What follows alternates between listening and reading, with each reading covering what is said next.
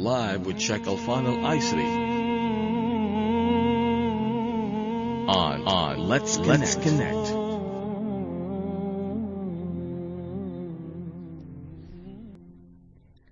Assalamu alaikum. Welcome to Let's Connect, your Ramadan radio program.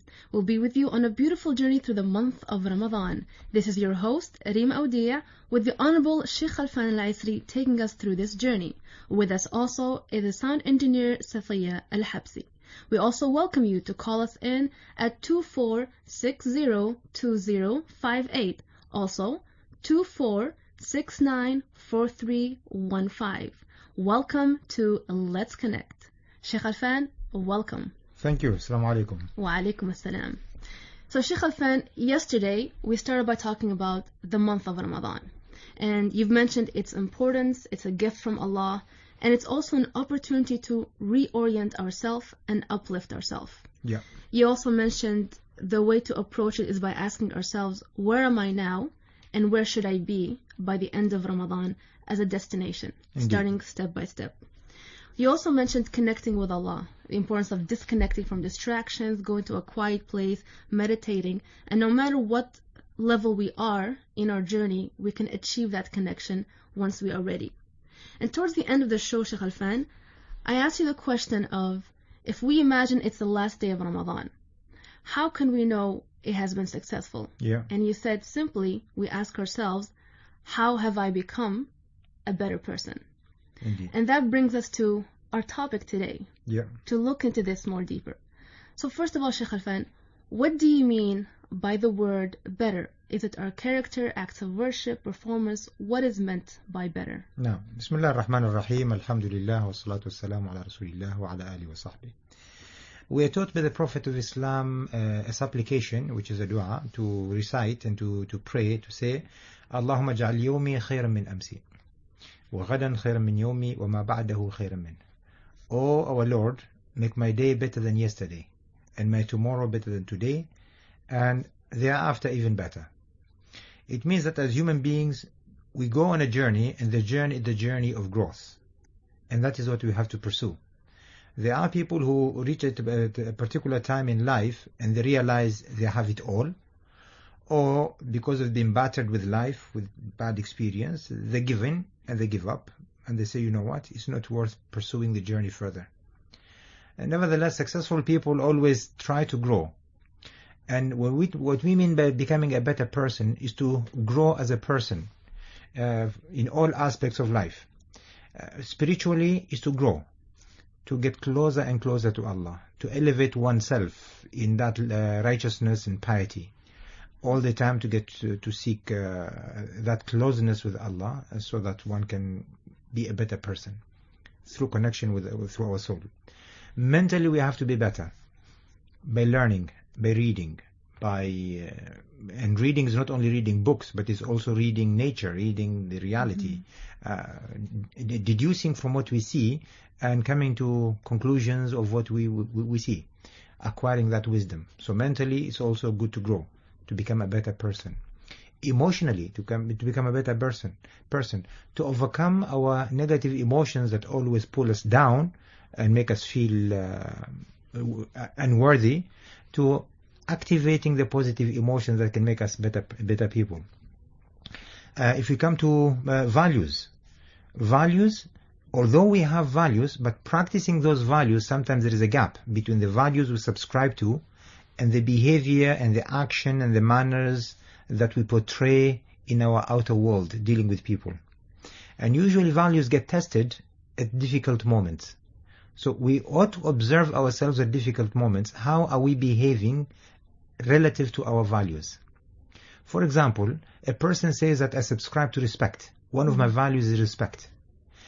Then if that is your value, at a time of difficulties, when someone is unpleasant to you, someone is arrogant to you, someone is disrespectful to you, how do you react to that? That is the moment of testing to see. Some people may say that my value is integrity. When integrity is a value, then at moments of temptation, how do people react to that integrity? Do they fall to temptations, or do they stick hard and dig the heels deeper to say, no, I will not get dragged into those temptations. Whether it is temptations of corruption, temptations of bribery, temptations of stealing, temptations of lying, temptations of cheating, many temptations are there. Integrity gets tested at those moments. So becoming a better person is all about checking. And then we go one step further, it's about our relationship. In my relationship with my parents, with my spouse, with my children, with my family, with my relatives, with the community, am I becoming a better person in the month of Ramadan? Have I squared things? Have I overlooked our differences and put them aside and so that I can be a better person? And that is again becoming a better person. At work, there's always room for improvement. And what we say that, how do I know whether there is room for improvement in all of what we have said here, is to check between what am I capable of doing and what am I doing. Yeah. So it is checking between capacity and performance. My capacity is that I'm able to do so much, physically, mentally, emotionally, with knowledge. Am I doing that or not? Now, how can we be sure about what our capacity is? It's just to ask a simple question. Can I do this?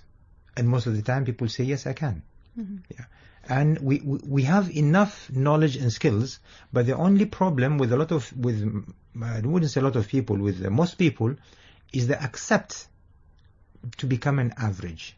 As an example, writing. Almost everybody who studied and graduated from secondary, they can write. So writing is not an issue. The only problem, do they write?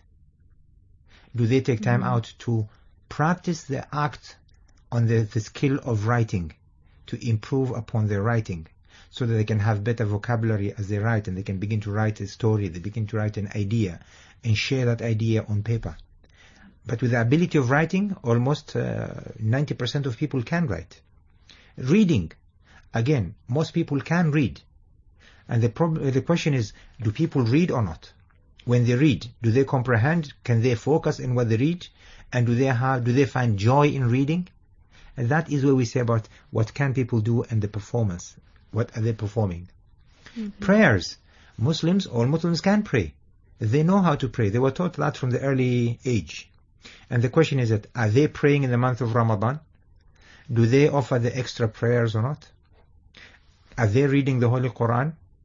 So this is, how do we know? It's a very simple answer. People know people are at the average, and what we say most of the time, we have enough average people in the world. What we're looking for are a little bit above average. We don't want ordinary people. What we are searching for are the extraordinary people. Even at work, 80% of people who go to work are the average people, they're ordinary people.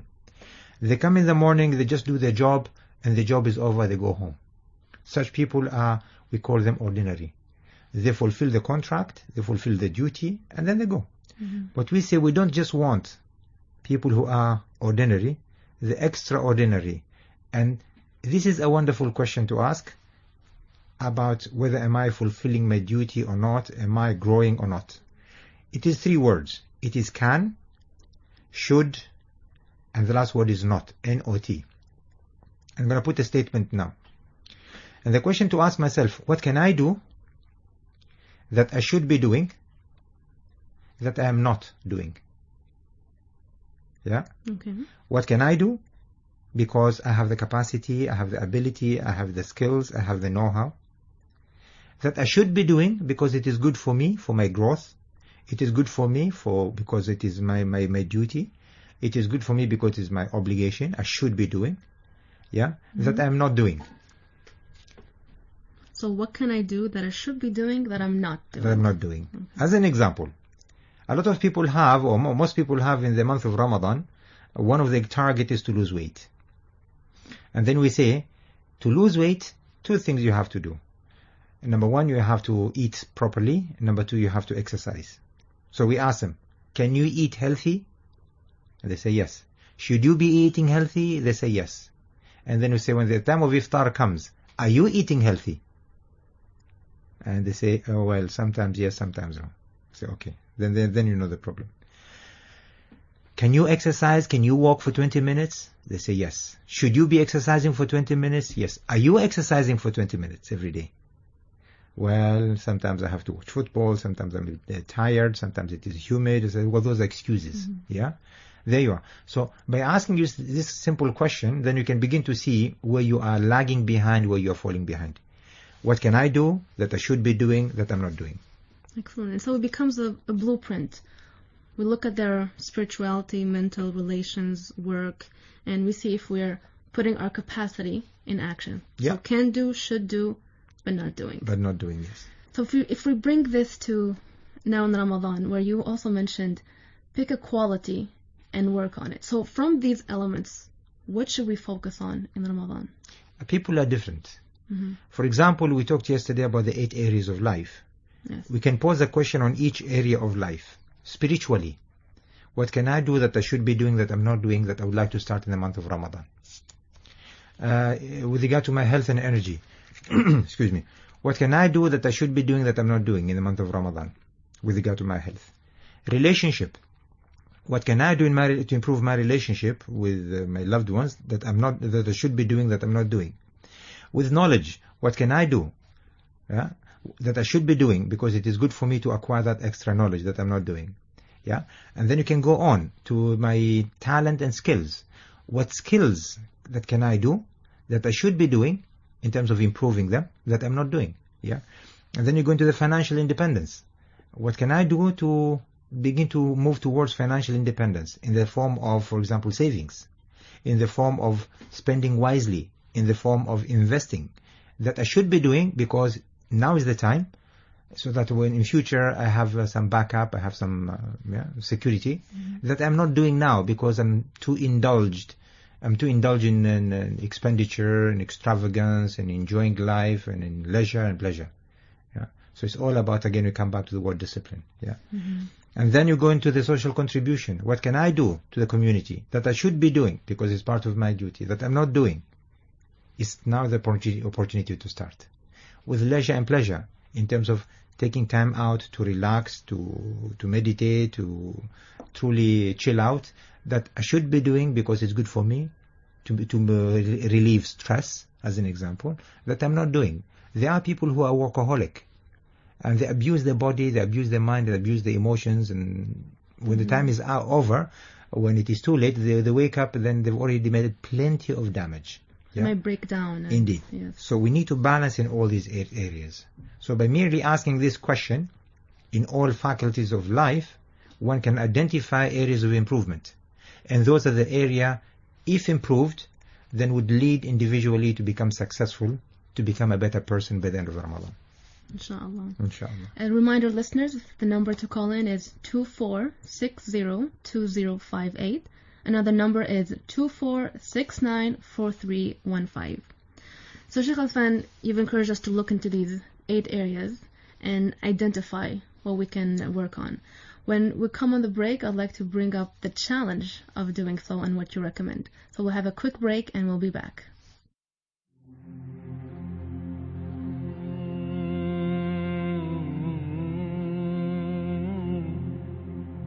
Live with Sheikh Alfan Al-Aisri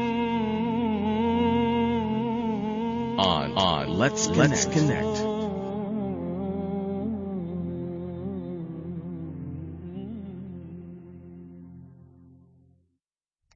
Welcome back to Let's Connect.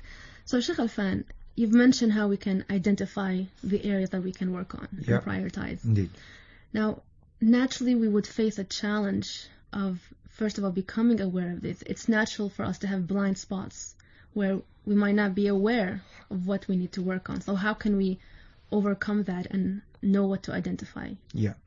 The biggest challenge to human beings is the comfort zone. The comfort zone. And again, we talked earlier about the average people. The reason average people enjoy doing average work and being average is because it is a comfort zone. They've identified the comfort zone. And human beings, funny enough, we are driven by 2 things. We're either driven by pleasure or we're driven by pain. And when the pleasure is big, is exciting, it pushes us out of our comfort zone to go and seek that pleasure. or when the pain is big enough, it forces us to move out of our comfort zone to avoid pain. So there are people who seek pleasure and there are people who avoid pain. And both of them, those are the drivers out of a comfort zone. Let me give you an example. Imagine if it was to be announced. If people were to wake up all night for 10 days, they ought not to sleep at night. They can do whatever they want during the day, but at night they have to be awake for 10 days because they're going to be security guards guarding something that is very precious. Mm-hmm. At the end of those 10 days, when the mission is over and they did their job, each person who does that will be rewarded 1 million riyals. Now the pleasure is big enough to push people out of the comfort zone, to give up their sleep, and to make sure that they are up all night. Yes, it will attract them. It will attract them. Yes. Because the carrot is quite big. Mm-hmm. It's very attractive and it's worth pursuing. And this is what successful people do. They give themselves a very ambitious target and they believe that it is achievable and they go after it. It's not 1 million, it could be 10 million. If it's not 10 million, it's 100 million. Some people, 1,000 would excite them. Other people, 10,000 would excite them. Some people, 100,000 excite them. So you need to find what excites individual to push them out of the comfort zone.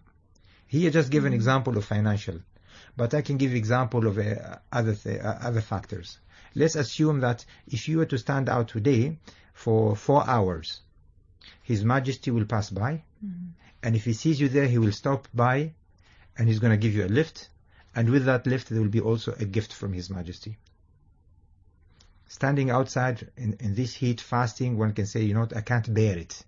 It's a comfort zone. But if that is going to be the reward, and when His Majesty gives, and you know that He gives generously, then one will say, you know what, I'm going to sacrifice my comfort zone, being out of my comfort zone, and I'm going to be out, wait for 4 hours, because I know he's going to pass there, and if he sees me, he's going to stop. That explains what is the pleasure. When the pleasure is big enough, it pushes people out of the comfort zone. The contrary, also the pain. People, for example, there are a lot of people who are driven by pain. It is the pain that keeps them moving. In other words, the weight. If there is no pain, they don't move. If there is pain, consequences of pain, they would move just enough to alleviate pain and to avoid pain. As an example, people delay paying their bills. They get the first warning, they delay. Either because they're lazy, or they don't have the time, or they procrastinate, or they don't have money, whatever. But when the final warning comes, and they still don't pay, then they begin to get agitated. You know what, I have to do something, I have to do something. If they don't react to that, suddenly electricity is cut off. Now it is hot, it is summer, then immediately they'll go and pay the bills. The pain now is unbearable, they'll go and pay it. Similar thing with people who have to do, who are going to set exams. For example, students. They will wait and wait and wait. Exam's going to be tomorrow. If I don't study today, I may fail. Then they spend all night studying, because now that is their last chance. If they don't, then they're guaranteed failure. And so you see such people, then they are pushed by pain. So the challenges that we have is to realize our comfort zone is our biggest enemy. And the reason it is our biggest enemy is because probably we don't have ambitious targets. We do not aspire to higher purposes, either because we lack confidence, or we don't believe that we can do it, or maybe we think it's impossible, or maybe the community has told us, you've been conditioned to say, no, this is who you are, accept it as a reality. So we need to go and identify what is holding us back in our comfort zone. And there's a beautiful statement that says, when the why is big enough, the how will take care of itself. So we just need to work on the why. Why do I need to grow? Why should I become a better person? Why should I earn more money? Why should I get closer to Allah? Why should I have a better relationship with my family? Why should my health improve? If the why is big enough and is exciting enough, then I'll find the means and ways to go and do it. So the end justifies the means. Okay, so why are some people afraid of going outside their comfort zone. Yeah, They know they should, but they're still afraid. indeed. And then we come to the element of fear. The element of fear is what keep a lot of people in their comfort zone. And fear, usually, people fear mainly three major fears that people have. And these three fears, if not addressed, they can actually become a prison for the person. Fear number one is fear of failure. Some people may have tried in the past and failed, and then they said, you know what, because I've tried and I have failed, therefore I know it ain't going to work. To such people we say, look, whoever discovered the bulbs and the light, he tried 10,000 times before he was successful. The way you began to walk, from crawling to walking, you fell many times before you could master the skill of walking. Yeah.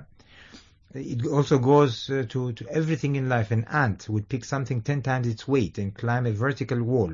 It would fall 1,000 times, but 1,001 time it will succeed. So realizing that it does not mean that you have failed in the past, that you will fail in future. Yeah. So fear of failure is the biggest enemy to growth. Second fear is a fear of ridicule. People may ridicule me if I have an ambitious target, because people know me as an average person. I come from an average family, and if I try to give myself ambitious targets, they'll tell me, you don't belong to that category. That is not you. And because of these negative messages we receive from the community, from the family, from the loved ones, and from associates, we accept and we become the average. And there is a funny story that was made as an experiment to show how people accept becoming an average without even knowing why, simply because of being ridiculed. This is an experiment that was made. They took 5 monkeys and put them in a cage. And then, monkeys love bananas. For sure. And so every time a monkey wanted to go for a banana, any monkey, they would spray the whole cage with very cold water, and all the monkeys would suffer based on an individual act. Every time any monkey wanted to go there, they would spray them with very cold water. So they realized by going for those bananas, there is a consequence of pain, and that is very cold water, which is uncomfortable. So after a while, all the monkeys stopped attempting to go for the bananas. No matter how hungry they were, they would never go for that, because they know, we go for that, there is trouble. And then they took one monkey out, and they brought a fresh monkey who never experienced the cold water. Now when that new monkey went in, saw the bananas, wanted to go for it. The other 4 monkeys all jumped to stop that monkey from doing it. The new monkey didn't know, why are you guys stopping me? They didn't know. He didn't know why. But nevertheless, told, don't go for that, don't go for that. And then with a lot of noise, that monkey eventually gave in to the group. And then they took a second monkey out. They brought another fresh monkey. And the same experience was repeated. The 4 monkeys told the new monkey, don't go for that. Why? We don't know. Eventually, all the 5 monkeys who experienced the cold water were taken out, and 5 new monkeys were in who never experienced the cold water, and still they didn't go for the bananas without knowing why. They all said, you know what, don't go for it. If you go for it, there is trouble. But they didn't know what is the trouble. And this is what happens to the community. We hear stories that one person has been hurt in business, in relationship, in health, and whatever, and suddenly we generalize. We assume that it applies to everybody. And the reality is not. So ridiculing is part and parcel of life. People are going to ridicule if you have an ambitious target, an ambitious goal. The third fear that people have is the fear of rejection. If I try to go with this idea, maybe it will be rejected. Maybe nobody will accept it. So I have a brilliant idea. I want to bring it forth. I say, you know what? People may not like it. Fear of rejection, excuse me, is also a parcel of life. Simply because people don't like change. But change is constant. And again, why don't people like change? Because change pushes people out of the comfort zone. So we see all the time people avoid change and they resist change. And it's natural in societies, in organizations, in families, even in oneself, to change, because change is sometimes painful. So when I come with a new idea, in trying to direct the community in a new direction, or the organization in a new direction, or trying to bring an idea, to propose an idea for improvement, there will be people who will resist those ideas. In other words, they will reject the idea. So a lot of people have that fear. They may reject my idea. Why should I care? Why should I bother? And here is the interesting part. All the fear we've talked about, fear of failure, fear of ridicule, fear of rejection, 80% to 90% of the time, it is an illusion. It's not the reality. It is the makings of the mind. Why? Because the mind also wants to be in the comfort zone. It doesn't want to think. So the easiest thing the mind does, it brings fear in front of us, it magnifies it 1,000 times and says, hey, do you really want to get into this? Are you ready for this trouble? Should you bother yourself? Why asking for trouble when everything is there for you? And then people respond to that voice, and then you know what? They say, I better avoid it. I'm already happy. I have whatever I need. Why should I bother? It's interesting, Sheikh Alfan, when you explain failure, mostly it's externally driven. I mean, maybe that's why it's an illusion, because we're afraid of, ridicule or rejection, and it hasn't happened yet. Yes. But we're just afraid to take that step. Yeah. So just to recap, you've mentioned one way of identifying is being willing to push ourselves outside the comfort zone. Yeah. And to have a goal that pushes our limits. So not an average goal, but something that pushes our capacity, that excites us to put the effort into it. And it actually reminds me of a quote where it says, the pain of pursuing my dreams is much better than the pain of regret that I didn't pursue it. Absolutely. So, Sheikh, once we identify the areas that we need to work on, is there an approach that you recommend where we can set goals and practically apply it? Indeed. And the best thing to do is to go and give it a try. Start small. Don't start big. Start small. And by starting small, the idea behind it is to gain confidence. So that is one way. You start small and you begin to grow. The other approach is to find people who believe in your message, who believe in your dream, who believe in yourself, and let them be your supporters. Don't do it alone. Find people who can support you. Yeah, and so that can be another idea that you can get people to be excited and to try and participate in supporting you. A third way maybe is also possible is to go and ask, what would be the worst thing that would happen if I was not to become successful? So it's to look at the worst scenario and be ready for the worst scenario. So in other words, prepare for the best, expect the best, and be prepared for the worst. And if it fails, well and good, it was a trial. Excellent.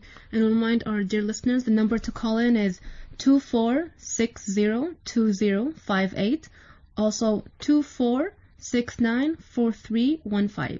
That's 24602058 and 24694315. If you have any questions, Sheikh Alfan will be more than happy to answer it. So Sheikh Alfan, we start small, we give it a try, we take action, and it's also, as you mentioned, surrounding ourselves with people who are willing to support us and believe in ourselves. Now, if we take it in terms of the Ramadan spirituality and practices, are there practices in Ramadan that can help accelerate our growth? Absolutely.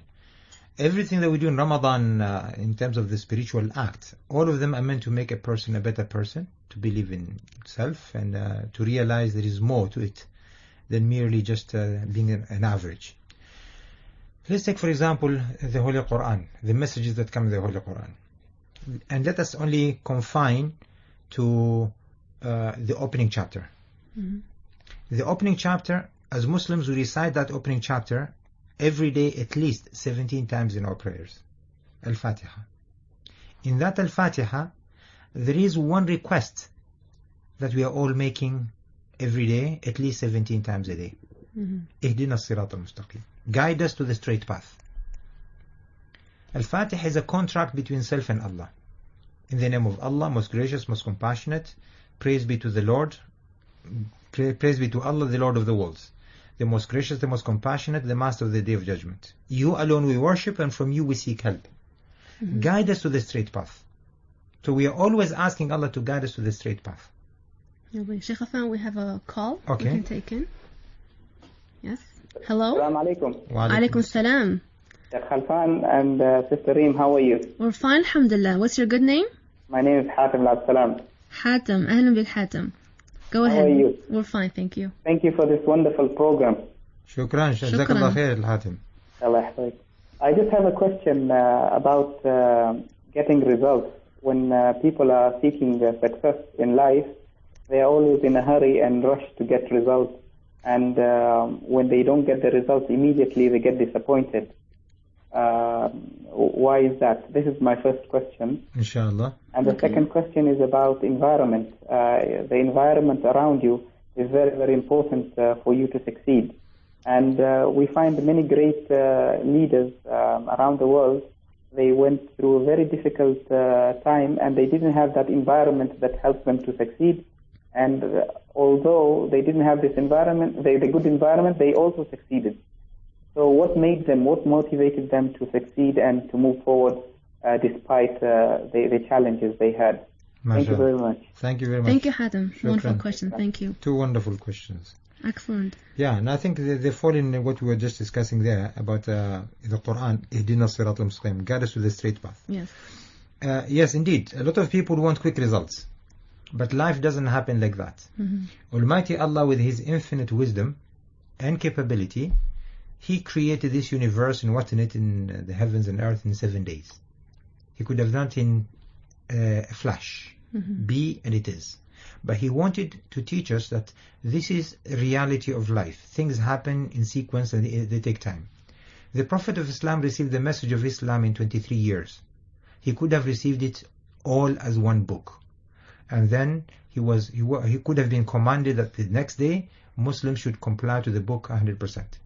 But the way it happened, it took 23 years for the Holy Quran to be sent down and for it to be embedded and implemented in the lives of society and the life of the community. And the same thing as we as individuals, the way we grow, it takes time. And first of all, we are in the wombs of our mothers for 9 months, and then it takes so many years before we can mature. In actual fact, human beings are the slowest creatures to mature. We're the slowest. We need more attention.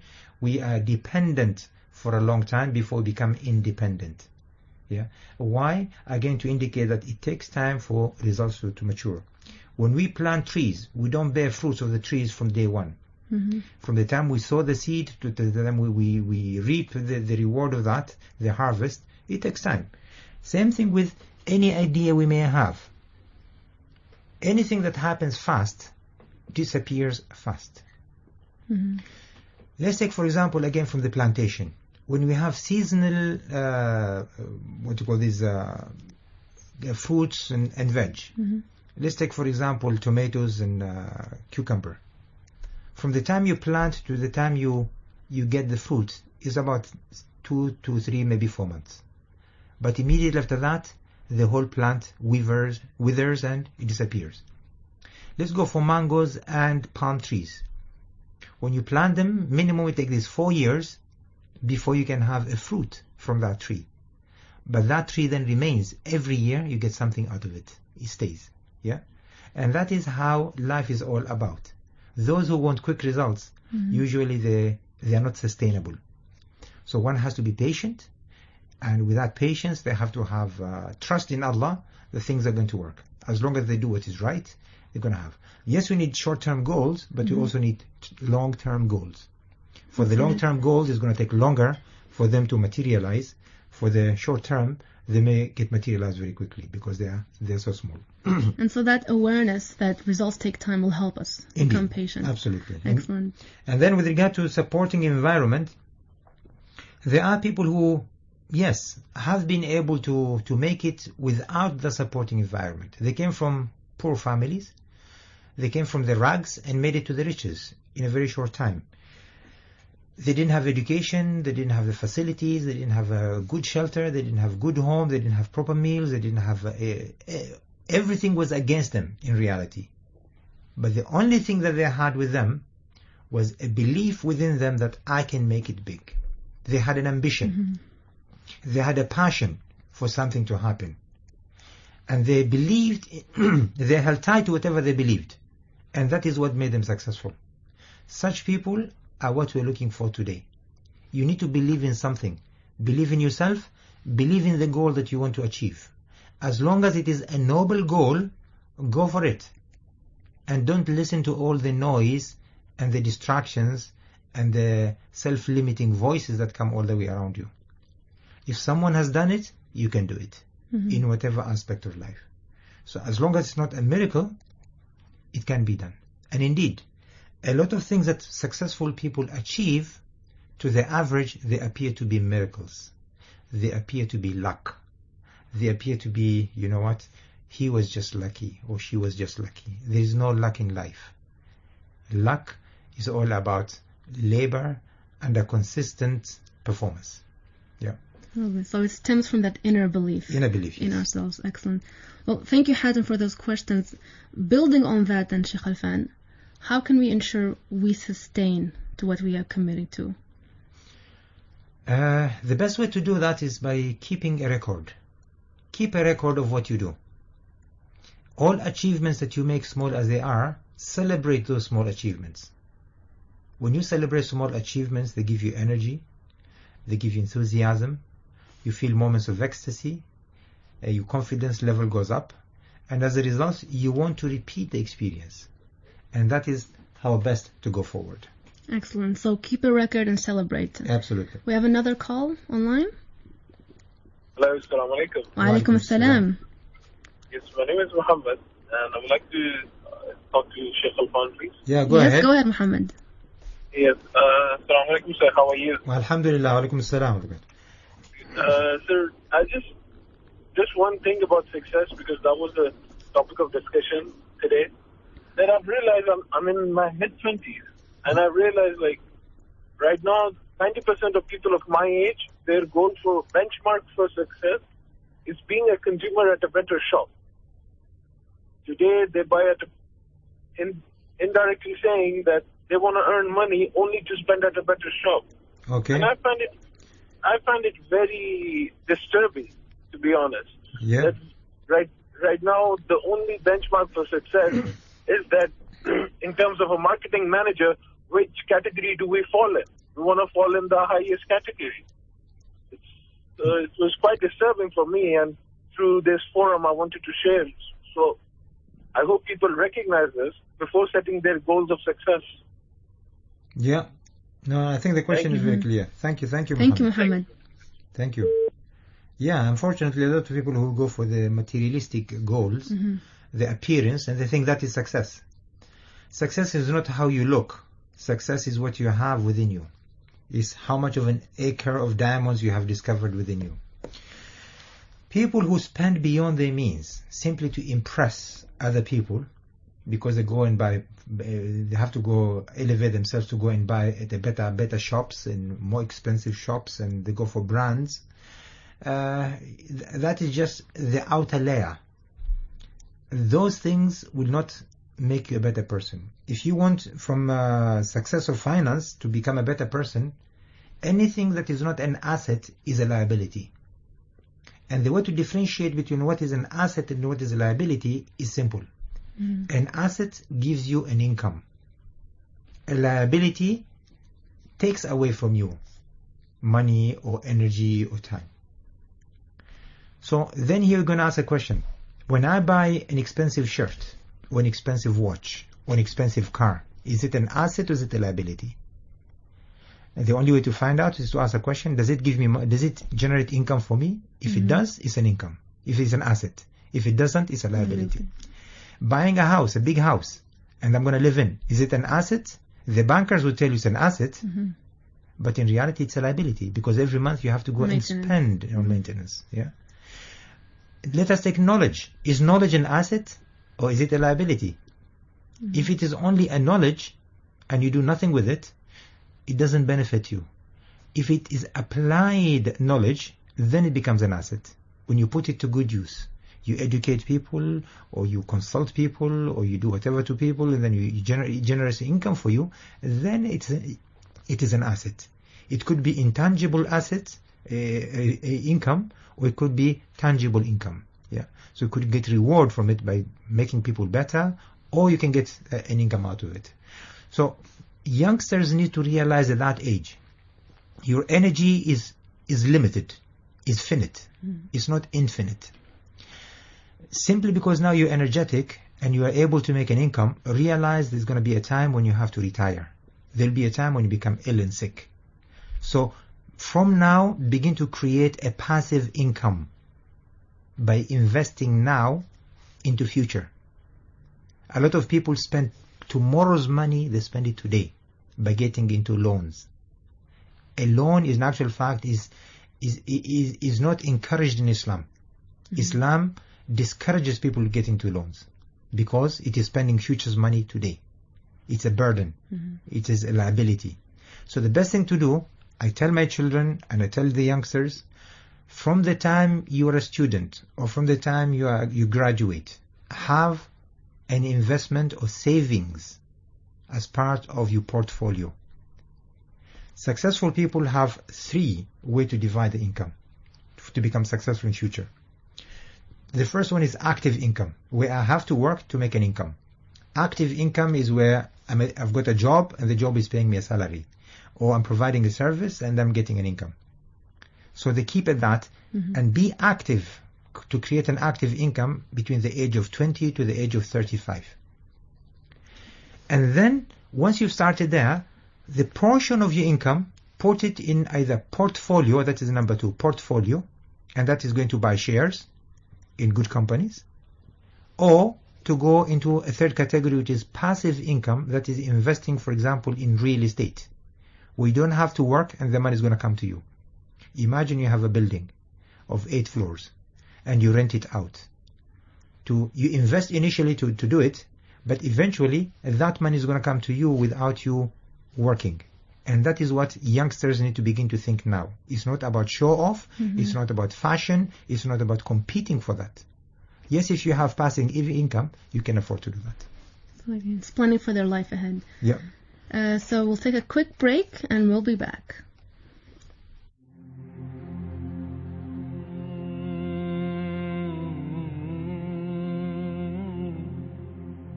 Live with Sheikh Alfan Al-Aisri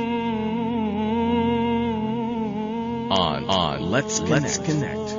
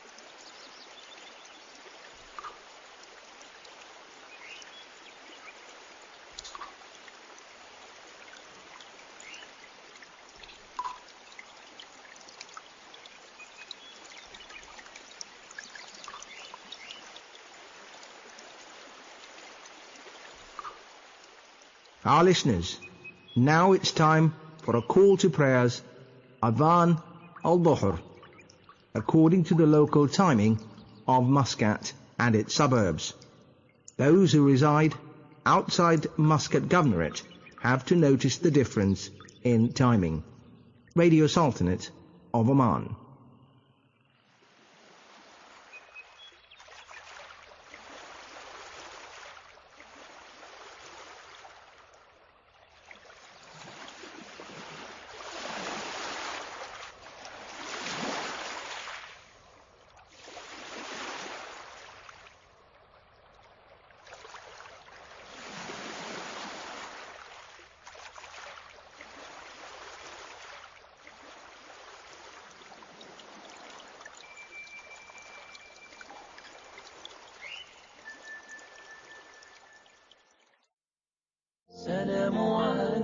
This is Radio Sultanate of Oman.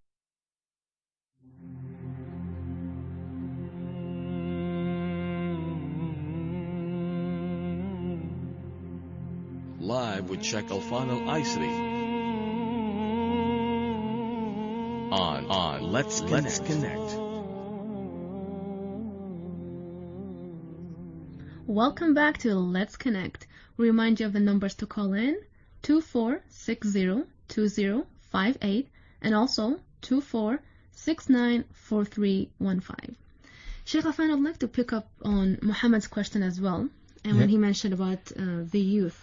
So, how can the youth be aware that being better, being successful is not confined to materialism? Yeah. You know, when I gave the order of the 8 categories of life, Yes. that was the spirituality, health and energy, relationship, knowledge, talent and skills, financial independence, and then moved into the social contribution and eventually to leisure and pleasure.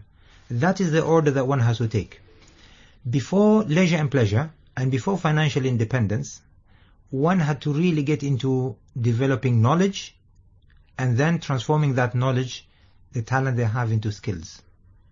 So it is the talent and skills that we have, if perfected, if mastered, will result in that financial independence. It's putting those talent into skills and becoming excellent in our skills that can generate a lot of income for us. And once you have enough income and you have contributed to society, you can also then go and enjoy it. Yeah, that is the order in actual fact that I subscribe to. Excellent. So we tell to the youth is that there is always time for leisure and pleasure. And it does not mean that if you don't wear an expensive shirt, you cannot enjoy life. If you don't wear the most expensive watch, you will not. In actual fact, one of the most richest people, Warren Buffett, who is into the shares and trades, he never in his life bought a brand new car. Because he knows the value of money, and he knows that buying a car that is 1 year old is 30% cheaper. And still, it functions the same. If you have a brand new car, or if you have a 1 year old car, after 4 years, it's going to get old. It's time to be replaced. So he never in his life bought a brand new car. Because he knows, by saving 30%, I can do a lot with 30% of a car in putting it into good use. People who have limited income usually try to impress the outer world. Not everybody, some do that, by trying to have what I call a fabricated outer person. They try to tell the world, look, I've got it all. They go and buy an expensive car, an expensive brand of bags or watches or clothes, simply to impress people, to let them know that they're of a higher class. But everything that they have was made out of loans. We say to such people, who are you kidding? You're kidding yourself. People don't care what you wear and what you do. So don't try to impress people. And in actual fact, there was one person who said, I don't know the formula for success, but I know the formula of failure. I said the formula of failure is to try to please everybody. So trying to impress everybody is one of the formula of failure. And that is why people get into a lot of debts, and as a result, they suffer later on. And if we take that, Sheikh Alfan, to say those who are older in years, in age, and from the other side, they would say, it's too late now for me to make any change or improvements. How can they break out of that mindset? It's never too late. As long as you have a mind that functions, as long as you have a soul that breathes, it's never too late. Yes, there may be a few things that you are unable to do because of physical limitation now, that your body is becoming weaker and frail, but it does not mean that you cannot become a better person. Probably people who are becoming older, the one thing they can be good at is to begin to give back. To give back their knowledge, their wisdom, their experience, their journey, to educate the young, so that the youth, so that they don't fall in the same trap that they fell in. And in so doing, they are already becoming better people because they are making other people's lives better. So it's never too late. Probably when people at that age, one of the things that they can do is to find a new hobby. A hobby of gardening, a hobby of reading, a hobby of supporting the community, a hobby of visiting the patients, a hobby, for example, even of calling to the prayers. I know people who have retired and now they have given themselves a new job, and that is, you know what, I'm going to discipline myself to be there the most to make the 5-day call prayers of the day. And in that, I'm helping the community because I'm inviting them to pray. And I'm getting more time now to myself in reading the Quran, reading the books, quiet time to meditate, to reflect, to enjoy life. I'm slowing down on aspects of a rat race, but I'm increasing my quality of life by having time to myself, time to Allah, and time to my family, and maybe even time to my garden, because gardening can be also an interesting aspect of life as a hobby. So there are many things people can do. It's never too late. That is the one thing we know. In life, it's never too late. It doesn't matter, irrespective of age, irrespective of knowledge that you have, of the skills that you have, or the social structure you're in, wherever you are, whoever you are, it's never too late. Beautiful. I think that's a winning mindset for all of us. It's never too late. Let's give it a go. Absolutely. You mentioned the aspect of society's influence. So in our journey of becoming better, as you said, there's a danger that we define our success according to what society thinks. So how can we be sure that we're being authentic and not influenced by a social image? Yeah. We say to the youth, specifically to the youth, watch out who you associate with. And this is an exercise anybody can do. Identify 6 people in your life other than your family and other those and colleagues at work who take most of your time, most of your private time, your free time, your social time. 6 names. Write the names of those 6 people. And once you've written those 6 names of the people, I can guarantee you are the average of those 6 people. So if you don't like who you are, change the company you subscribe to. Change the people you associate with. The company, I mean here, the company of people you associate with in your private time. Yeah. So successful people, what they do, they try to find people who are better than themselves, and they try to interact with those people. And by interacting with such people, they get influenced one way or the other. Unsuccessful people do the opposite. They go to people who are lower than them, and they mingle with those people, and they become less as a result. So the Prophet of Islam said, "Al-mar'u ala dini khalili. Al-mar'u ala dini khalili. Falyanzur ahadukum man yukhalil." A person has a lifestyle of his best friend. Therefore, choose carefully whom you choose to be your best friend. Al-Khalil. Yeah. And then another saying in Arabic, they said, أخبرني عن خليلك أخبرك من أنت. Tell me who is your best friend, and I'll tell you who you are. Because we get influence, whether we like it or not. And the reason we choose that best friend is because our thoughts, our emotions, our attitude, our values are the same. So we feel comfortable to be with that person. However, if you want to change, we need to change a friend who is the biggest influence. Yeah? And that is what the reality of life is. So what we see from youngsters who are pretty ambitious, what they do, they attend, for example, seminars, lectures, or they read the books of successful people. Sometimes they even go to an extent of inviting successful people for lunch to pick their brains during lunch. It is the easiest and the cheapest way to get consultation from successful people, or from celebrities, or from people who have made it to the top. And they will always, these people, and that's one thing about successful people, they want to share their success with others.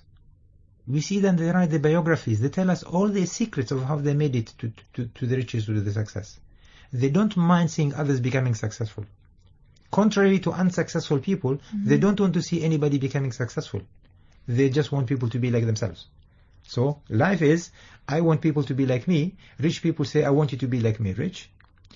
Scholars say, I want you to be a scholar like me. I want you to be a star like me, whatever it is. Unsuccessful people say the same thing. I want you to be unsuccessful like me, because it makes me feel better. Yeah, I don't want to see others become successful because I'm not. Yeah.